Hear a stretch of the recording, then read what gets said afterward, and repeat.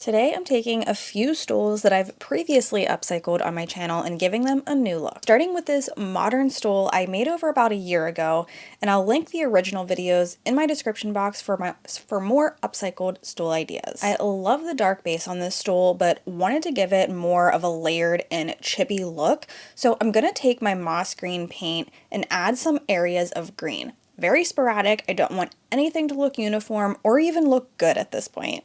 Once the green paint is dry, I sprayed the stool with a coat of this satin polyurethane.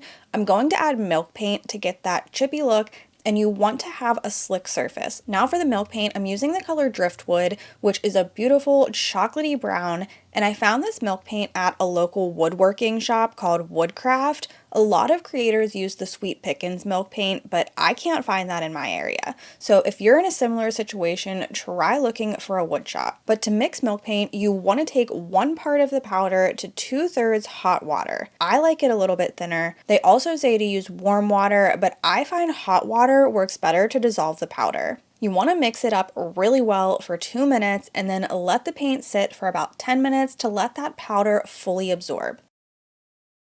I put 2 coats of the milk paint on only the bottom part of the stool, nothing on the top just yet, and I used my heat gun to help accelerate the drying, which also helps get that chippy look. Since there were some areas of the paint that were really chipped, I took a scraper to get those loose areas off and started revealing the layers underneath. This is only my second time using milk paint, and I will say I think it turns out much nicer when you have multiple layers of paint with a few different colors. I love the way that this turned out. Once I got all the large chipped areas off, I took my sandpaper to smooth it out, and if you don't want the paint to continue chipping over time, seal it up now. I didn't seal it up because I want to see how this will continue to age. Now for the top of the stool, I got out my drop cloth fabric and wanted to stamp it. I love the idea of it having a romantic script look covering the fabric, and I got this stamp recently from IOD, which was perfect. I stamped it up with my black ink and then applied it to the fabric. I didn't add the full stamp because I wanted it to look like a continuous message across the whole top. I didn't want to use the very top or the bottom of the stamp. You can see there's some areas where there are a large gap between the words, so I did fill those in with some small words like the or of. If anyone were to actually read this, it would not make any sense, but I'm okay with that. This is more about the aesthetic. Once I was done stamping the fabric, I need to add it on top of the stool. This stool was originally just a flat wood on top, but I want there to be a cushion. And I have this 2-inch high density foam left over from another project, so I cut out a rectangle to fit on top. I did not glue it down to the wood, but I probably should have. To attach the fabric on top, I'm using my stapler and then tacked it down, and for the corners, I folded them to have a clean, straight tuck right on the edge.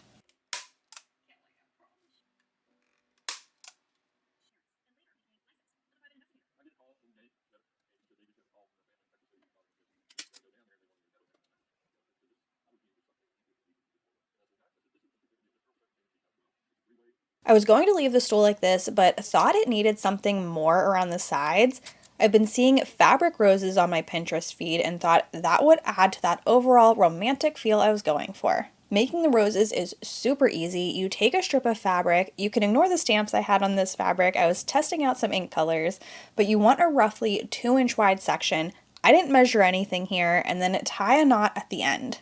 The longer your fabric strip is, the larger your rose will be. Then you just want to start twisting the fabric and wrap it around the knot, hot gluing it down as you go.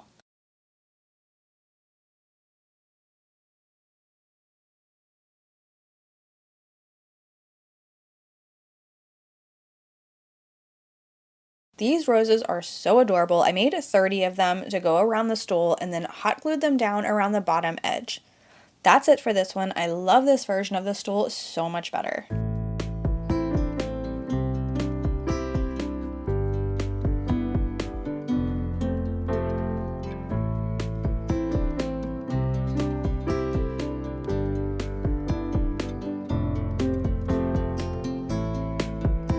This stool I have not upcycled before on my channel, but it's been sitting around in my garage for over a year now.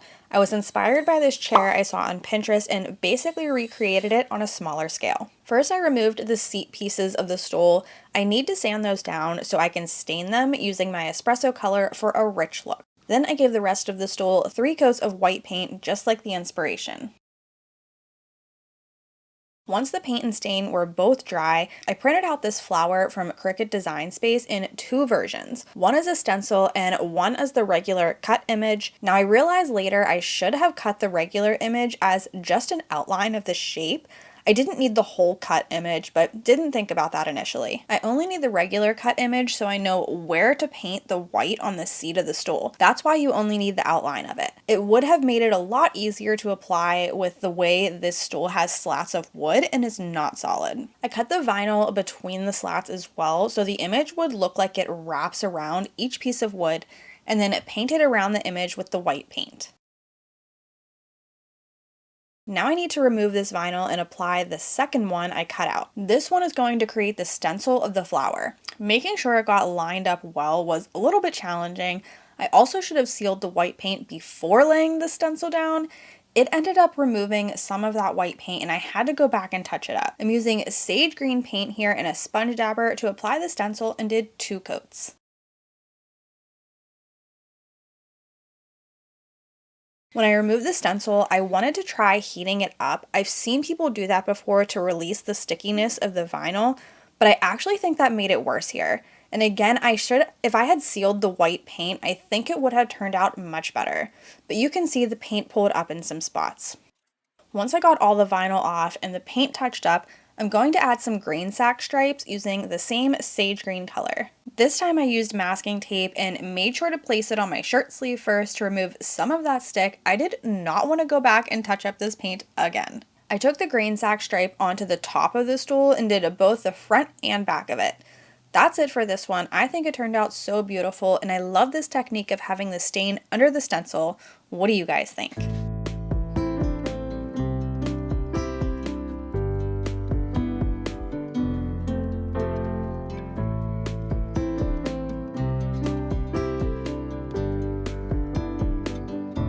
Alright, for this stool, I'm a little upset about having to rip this reed weave pattern off the top, but this stool isn't selling on my site, and I think it's just a very specific look. So I had to get out a scraper and hammer to pry the reed off. I had glued it down with E6000, so this wasn't super easy to do. I also hit my camera quite a few times doing this and had to stop recording it. Once I got the reed off, I sanded the top down to remove all that excess glue and painted the top white. Then I painted the bottom portion in Burlap by Dixie Belle. This is a beautiful neutral color. When all the paint was dry, I'm sealing the top because I want to add a rub-on transfer, and you need to seal the paint before applying any type of transfer or it will not stick properly. I'm using this stunning Magnolia garden transfer on the top of the stool. There's one large sheet in this pack that was perfect. I thought it would be easier to slowly peel back the backing as I burnished it onto the stool, but looking back, I think it might have been a little easier to place the whole sheet where I wanted it and then start to transfer it, just because it ended up being slightly off on one side and a little crooked. I wrapped the transfer around the sides as well and cut notches out of the corners to make it a little easier to fold around the edge. You guys have to let me know what's your opinion of this one. It's not my favorite. I love the idea, but it feels like there's something missing. I don't know if it's because the transfer just takes up that whole top or what, but it doesn't feel complete. Once the transfer was completely laid down, I took sandpaper over the top to make it look a little more worn, and that's it for this one.